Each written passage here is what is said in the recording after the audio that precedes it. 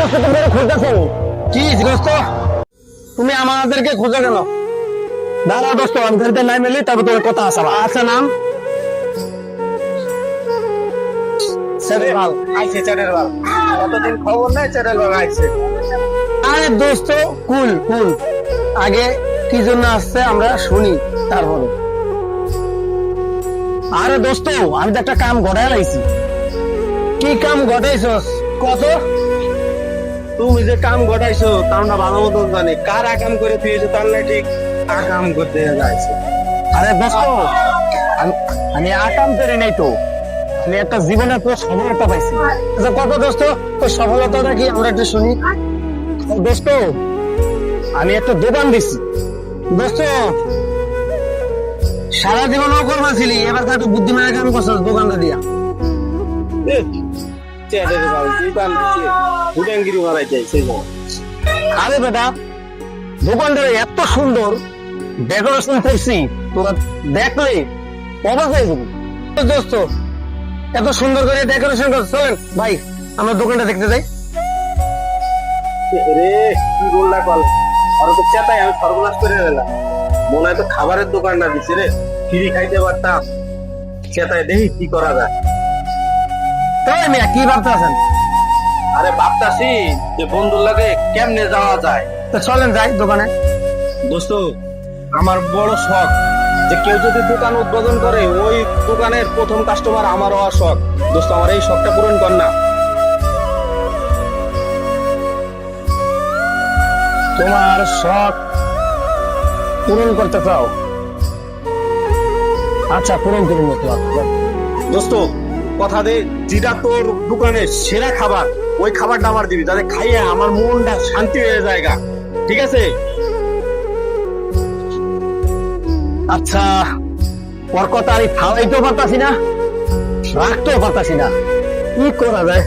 যে খাবার স্ট্রং খাবারটা আমার দিবি, আমি যাতে খাইয়ে হেভিটি আরাম পাই। খাবার নিয়ে কি শুরু করছিস বুঝতে আসি না, মেজাজটা খারাপ হয়ে যেত। আচ্ছা দাঁড়া, তুই নিরূপ ভাইয়ের সাথে একটু কথা বল। আচ্ছা তাই নেব। ঘটনাটা কি? ওরা আমার পেয়ে দুইজন ফুসলে ফুসলে কি কথা কইব, টেনশন লাগতেছে। কঠিন চালাচ্ছি। তোরা আমার তুই ফাঁকি দিকে এটি আবার কোন স্বভাব বেড়া না খাওয়াবি না দে বেড়া, তুই এরকম ধান্দা লাগাইছো। আচ্ছা তুই যে বুঝা না বুঝা যে কথাটি কস, এটার মানে কি বুঝোস? আর এটা বুঝাবুঝির কি আছে? তুই আমারে খাওয়াবি আমি খাবো, এই তো দে, তো বুঝাবুঝির কোনো কাহিনী আমি দেখতেছি। আচ্ছা বুঝলাম না, তোর কি খাওয়ার এতই শখ? আরে বুঝতেছি না, আমরা খাওয়ার শখ দিয়ে তো আমি আইছি, তুই এত কষ্ট করে লুয়ে আইছিস আমাকে দুইজনের রাইকে, আমরা তো কি লেগে আইছি, খাওয়ার জন্য আইছি। দোস্ত খাওয়ার জন্য তো পাগল হয়ে গেছে। আসলে দোকানটা কিসের একবার ওকে জিজ্ঞেস করছি, দোকানটা কিসের? একবার ভালো কথা কইছো তো বন্ধু, আমি তো কিন্তু কিছুই জিজ্ঞেস করলাম না। জিজ্ঞেস করো, পাগল হয়ে গেলাম না। জিজ্ঞেস করো। দোস্ত কি এর দোকান দিলি? আইতে জিগেলাম, খাওয়ার লেগে পাগল হয়ে গেলাম, বুঝলাম না। এখন খাওয়া খাইলে আমার আমি লেগে গেলাম না তিনজনে। কি এর দোকান দিলি তো কত আমারে? শালার খাওয়ার লেগে পাগল আইছো, এতক্ষণ পর লাইনে আইছো, কি এর লেগে এত মার্কেটিং করলি তুই? এই খাওয়ার লেগে এত পাগল, তুই একবার আমার জিজ্ঞেস কিসের দোকান? আমার তো খেয়াল ছিল না, খাবার তোর মতো খাবার দেখলে আমার মাথা ঠিক থাকে না, এই জন্য কিছু জিগাই নাই বন্ধু। এখন কি খাওয়াবি তাই কো আমারে। ওরে প্রথমে আমি কইতে চাইছিলাম যে কিসের দোকানে দিছি, তুই তো একবার আমার জিগাইলিও না।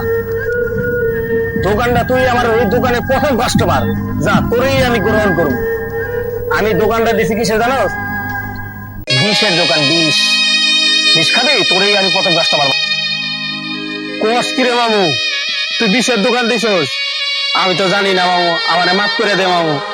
মামু মাফ করে দে, আমি তোর দোকানের প্রথম কাস্টমার হইতে চাই না মামু, আমারে তুই মাফ করে দে, মাফ করে দে, আমারে তুই মাফ করে দে, মাফ করে দে মামু, তুই আমার মাফ করে দে, মাফ করে দে দোস্ত, আমি আর জীবনে প্রথম কাস্টমার হইতে চাই না, না যাই না কোনো কথা কমো না, মাফ করে দে, মাফ করে দে।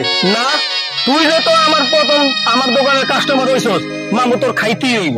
না না আমার এবারের মতো মাফ করে, না তোর মাফ করে দেব, আমার দোকানের বিষ খাইতেই হইব। না যাই না, কোনো কিছু খাইতে চাওয়া উচিত না। শুধু খাই খাই করলে হবে না, আমি যে কিসের দোকান দিছি এটা জানতে হবে, বুঝতে হবে, তারপরে কথা বলতে হবে। কোনো কিছু প্রস্তাব রাখার আগে জেনে শুনে তারপরে প্রস্তাব রাখাটাই উত্তম। Yes good